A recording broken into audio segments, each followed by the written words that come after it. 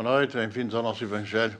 Vamos cantar então na página 33, para começar este novo ano, que aliás aproveitamos para, já que seja para todos, um ano cheio de realizações pessoais e familiares. Página 33, Evangelho no Lar. A vinda de Jesus ao Evangelho no lar é sol feixe de luz, é raio de luar. Cantem ao amor, mãos em oração. Paz que acalma a dor, paz que acalma a dor, todos sentirão. Sentados à mesa deste nosso lar, como chama acesa, vamos irradiar pensamento em Deus, que conosco está. Se tivermos fé, tudo mudará. A vinda de Jesus ao Evangelho no lar é sol feixe de luz, é raio de luar. Cantem ao amor, mãos em oração. Paz que acalma a dor, paz que acalma a dor, todos sentirão. Lê com atenção a nova que ficou, peregrinação que o Rabi deixou, e a nobre Maria, mãe de muitas dores. Ser-te a luzeiro, vais para onde fores. A vinda de Jesus ao Evangelho no lar é sol feixe de luz, é raio de luar. Cantem ao amor, mãos em oração. Paz que acalma a dor, paz que acalma a dor, todos sentirão. Te pedimos, Senhor Jesus, que esta noite permita estejam connosco em comunhão, pelo amor, pela paz, pela harmonia, os nossos familiares encarnados, nossos amigos, os nossos protetores, que em conjunto possamos contribuir para que essa harmonia se amplie, para que no nosso lar se viva a paz sempre, apesar das dificuldades da vida, e que nós consigamos perceber um pouco melhor a tua mensagem e ganhar força para podermos colocar em prática nas nossas vidas. Nos abençoa o nosso Evangelho de hoje, Senhor. O Evangelho segundo o Espiritismo, no capítulo 12. Amai os vossos inimigos, os itens 1, 2, 3 e 4. Pagar o mal com o bem. Tendes ouvido dizer, amarás o vosso próximo e aborrecerás ao vosso inimigo. Mas eu vos digo, amai os vossos inimigos, fazei bem aos que vos odeiam e orai pelos que vos perseguem e caluniam, para serdes filhos do vosso Pai que está nos céus, que faz nascer o sol sobre os bons e maus e faz chover sobre os justos e injustos. Porque se não amardes senão os que vos amam, que recompensa haveis de ter? Não fazem os publicanos também assim? E se saudardes somente os vossos irmãos, que fazeis nisso mais do que os outros? Não fazem também assim os gentios? Eu vos digo que se a vossa justiça não for maior que a dos escribas e fariseus, não entrareis no reino dos céus. Mateus, capítulo 5, versículos 20 e versículos 43 a 47. E se vós amais somente aos que vos amam, que merecimento tereis? Pois que as pessoas de má vida também amam os que os amam.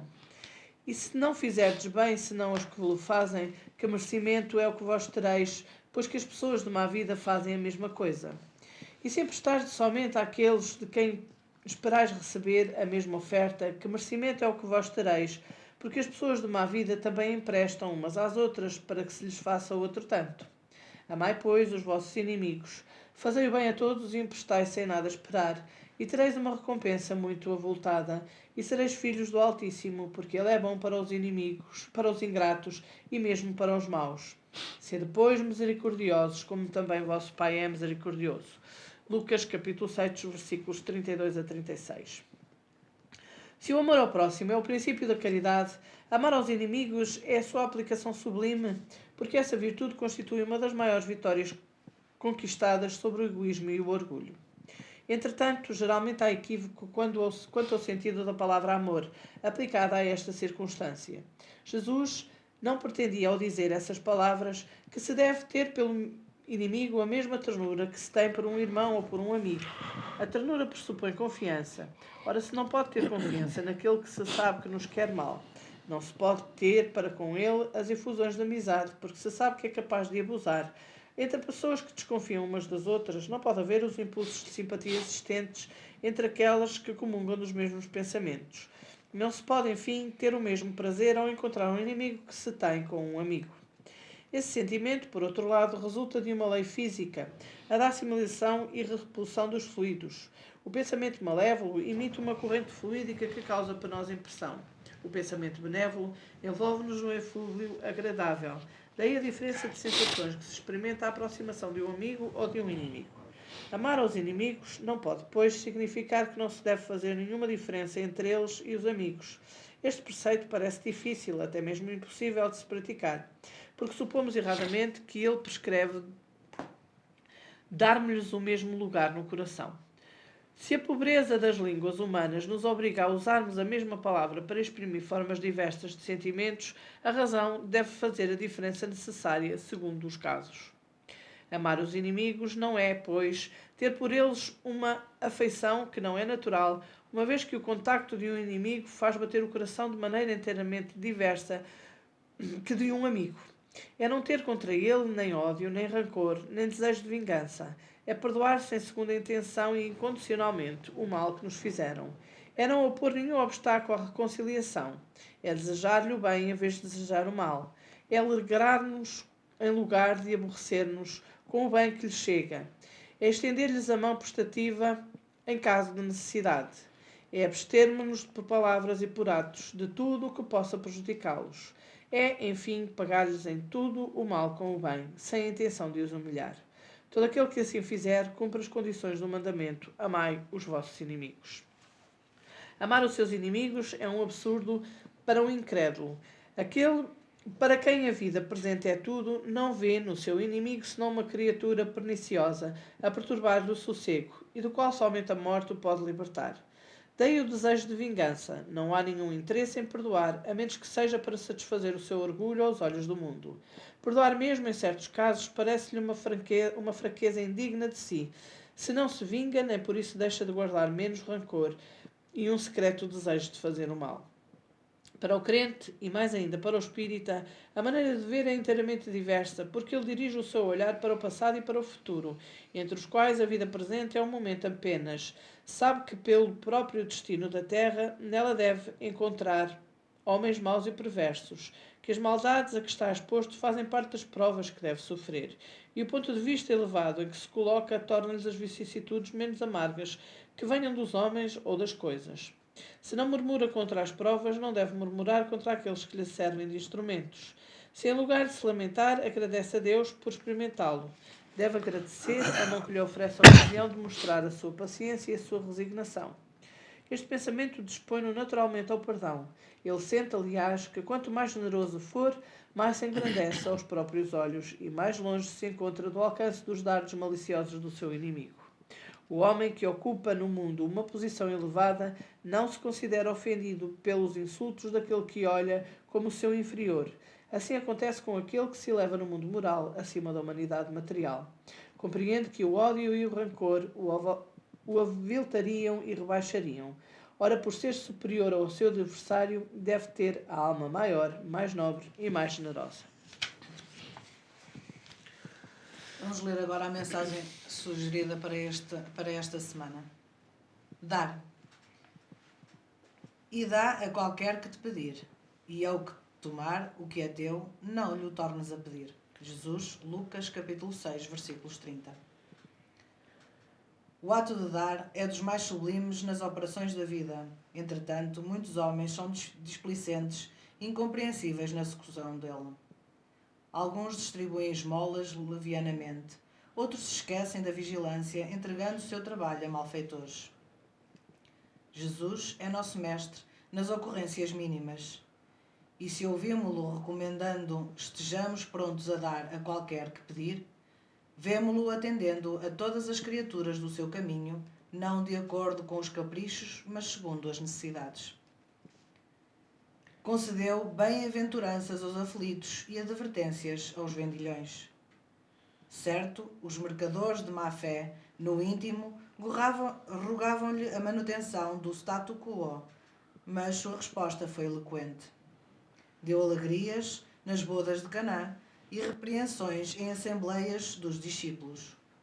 Proporcionou a cada situação e a cada personalidade o que necessitavam, e quando os ingratos lhe tomaram o direito da própria vida, aos olhos da humanidade, não voltou Cristo a pedir-lhes que o deixassem na obra começada.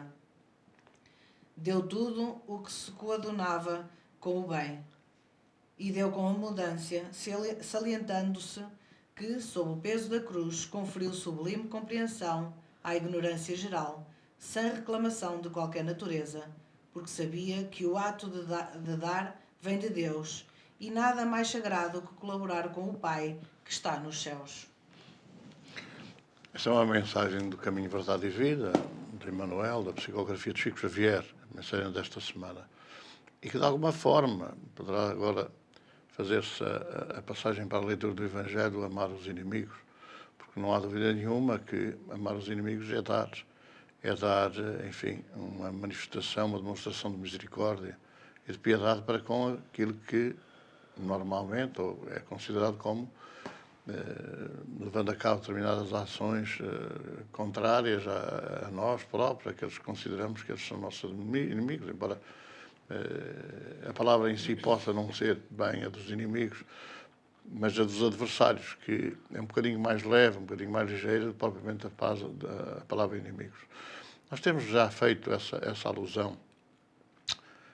Só há inimigos porque foram amigos.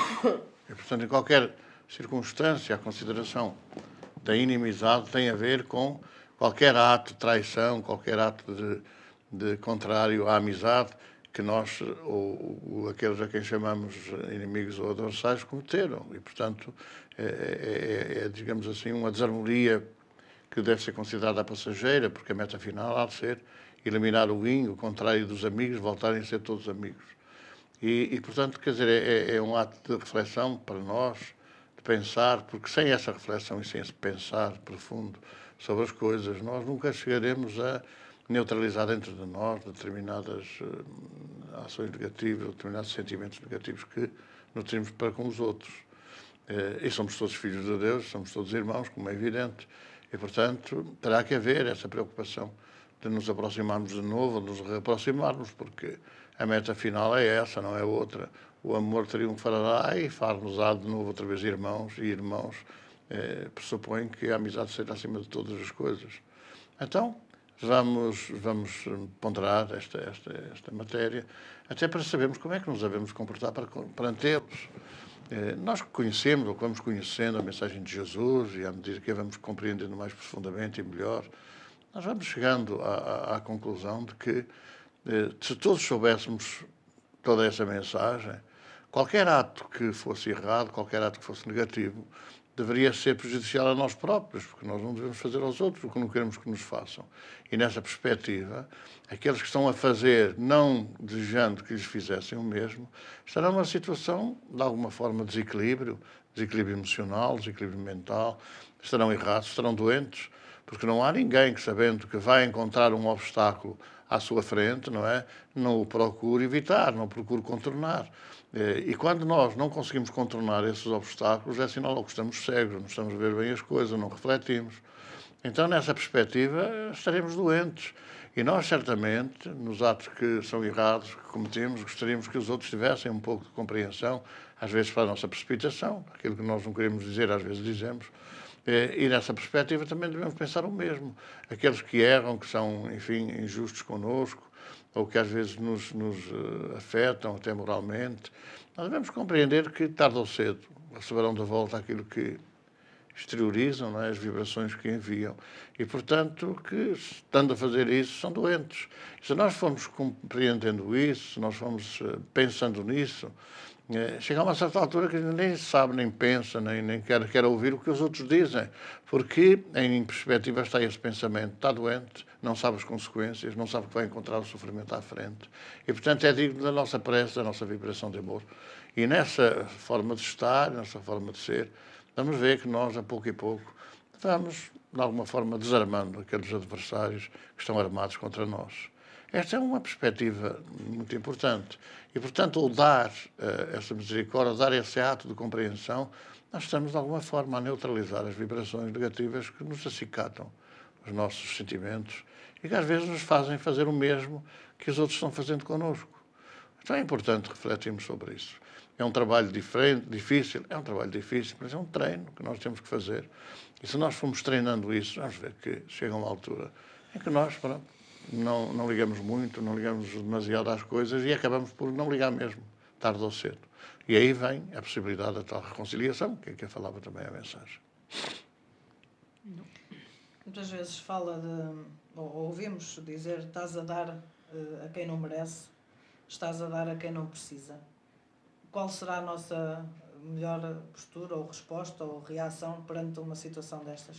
Há até uma frase tradicional às vezes que é dar pérolas a porcos. Quer dizer, é evidente que muita coisa se diz, não é? Sempre no sentido de elevar o orgulho, elevar a vaidade. Mas é verdade que muita gente não ouve. Não ouve.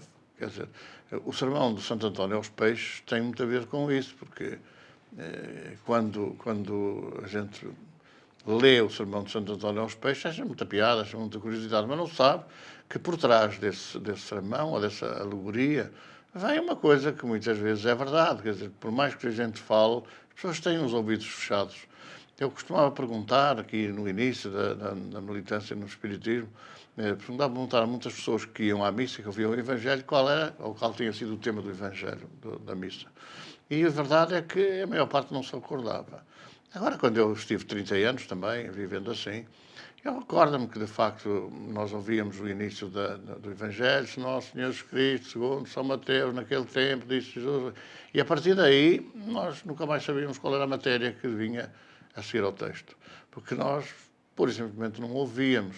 O sermão de Santo António aos Peixes é, de alguma forma, ou tem, de alguma forma, digamos assim, essa sabedoria, porque nós só ouvimos quando se refere aos outros. Quando se refere aos outros, nós ouvimos.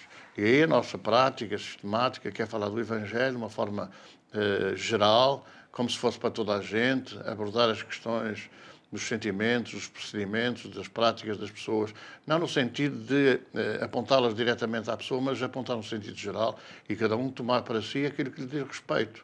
Ora, falando dessa maneira, talvez as pessoas não estejam logo constrangidas a dizer, lá vai falar contra mim, lá vai apontar-me os meus defeitos. Então, apontando os defeitos gerais, cada um retira os seus. Quando tem ouvidos de ouvir, que nem sempre os tem. E daí Santo António queria significar isso, quer dizer, ninguém ouve, quer dizer, pode ser que ouvindo falar para os peixes, critiquem os peixes, julguem os peixes e comecem a refletir sobre as coisas, porque não lhes é apontado diretamente. Então, nós sempre que pensamos assim, não vale a pena, porque a pessoa não merece, qualquer coisa, sempre que a gente faça, que a gente diga, lá ficará no fundo. E, no fundo, as pessoas mais tarde ou mais cedo acabarão por acordar. Nós, às vezes, dizemos que mais de 40 mil pessoas que já vieram à nossa casa, hoje vêm 400, 500, 600 pessoas assistir às nossas reuniões, e as outras não sei quantas mil.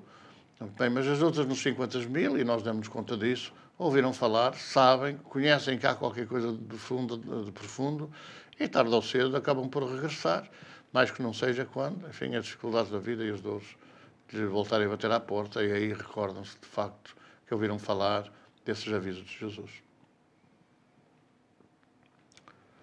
Ora, está como tanta gente, tantas famílias que nunca ouviram falar de Jesus, ou ouviram falar de Jesus de uma forma errada, ouviram falar de Jesus como uma pessoa que apontou, que criticou, que julgou, e não aquele irmão que veio, maior com certeza, que veio para nos apontar o caminho, para nos avisar, para nos ajudar, para nos consolar, explicando as nossas dores, o nosso sofrimento.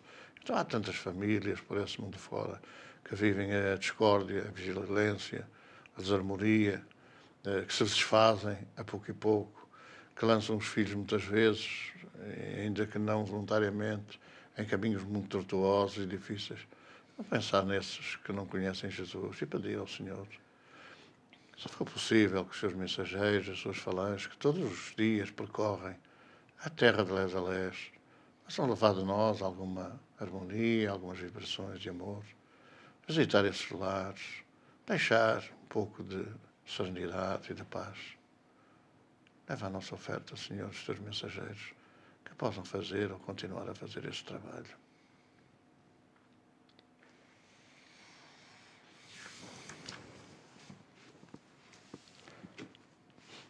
Na página 31 é tão bom.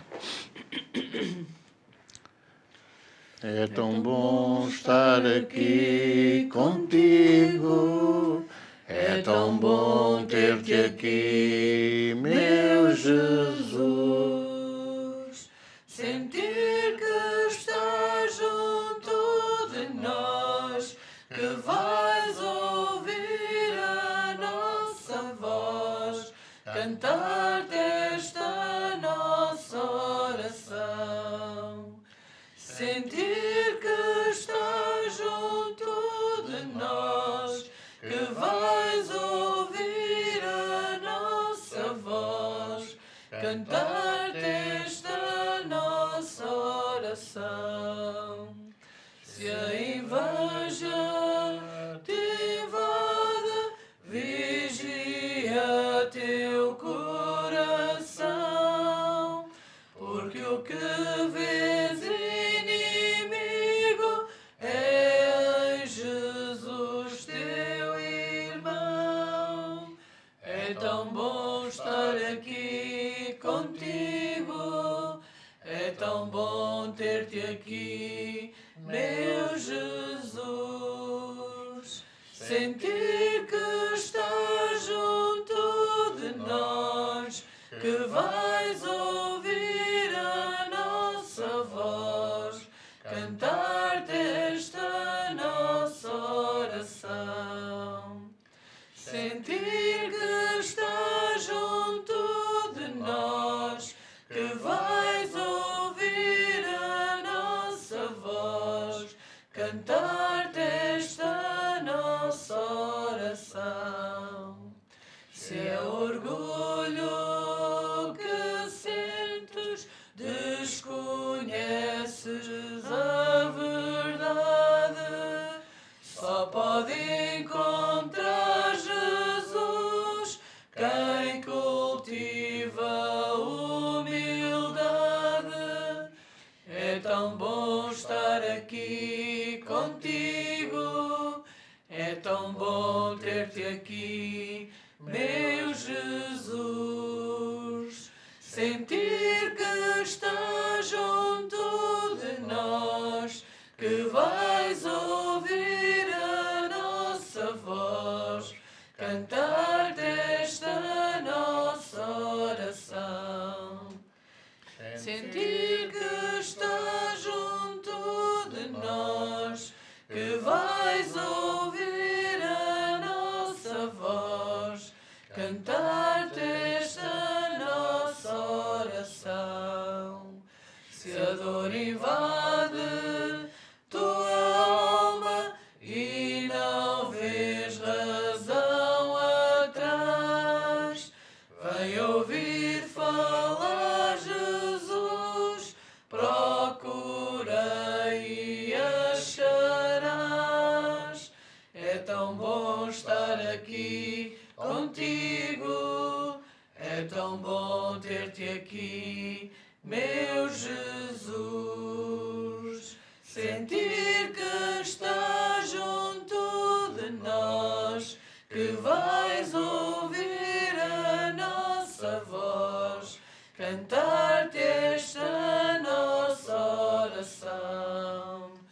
sentir que estás junto de nós, que vais ouvir a nossa voz, cantar-te esta nossa oração.